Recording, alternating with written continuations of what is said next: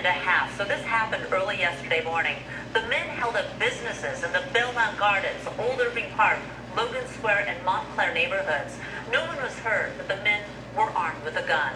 Breaking overnight, a restaurant employee on Chicago's West Side is cut on the face trying to break up a heated argument. So police say the 19-year-old stepped in during an argument between a man and two women. This happened just outside La Via restaurant.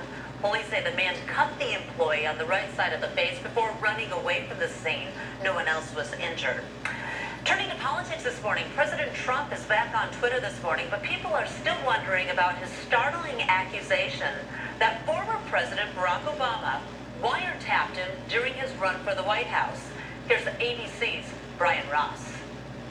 The gloves are off this morning following President Trump's accusation against President Obama's alleged actions and his integrity. Only one of these two men will be proven right. As president, Donald Trump has used Twitter to take on Meryl Streep. I'm the boss. Arnold Schwarzenegger. Are you a friendly reporter? The news media, including ABC News and Saturday Night Live. Yes, this is real life. This is really happening. But his early morning accusations from his Palm Beach club that his phones were wiretapped by the Obama administration were by far of much greater consequence. Terrible, he wrote.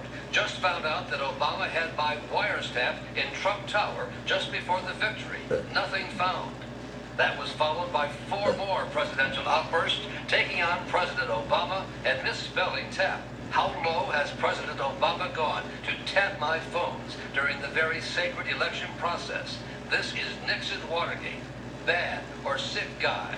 For anyone but the president, it would be a crime to reveal such a secret FBI wiretap on Trump Tower. And no U.S. official contacted by ABC News would confirm the allegation. It's an extremely serious offense. Anyone who would reveal the existence of a wiretap would violate federal law. Because the president cited no proof, it is not clear whether he based his allegations on a top-secret White House briefing or whether it came from reading an article on the conservative Breitbart website posted Friday. The detailed speculation from a conspiracy-loving talk show host, Mark Levin. How many of Trump's people were eavesdropped on? How many had their conversations intercepted, recorded, transcribed? Because this, ladies and gentlemen, is the big scandal. A spokesman for President Obama quickly called the allegations false. And one of Obama's former national security aides, Ben Rhodes, responded to Trump. No president can order a wiretap. Those restrictions were put in place to protect citizens from people like you.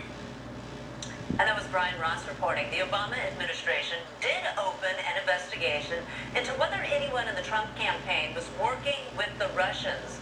A special panel of judges would have had to approve any electronic surveillance on alleged spies, not the White House. Vice President Mike Pence is criticizing the Associated Press for listing his wife's email address. Pence said in a tweet, by publishing the personal address of his wife, the AP violated her privacy and our security.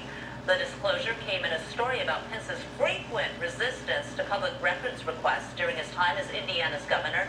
The vice president also posted a letter that his lawyer sent to the AP's president and CEO. And you might notice a change when you go through airport security next, so get ready for that.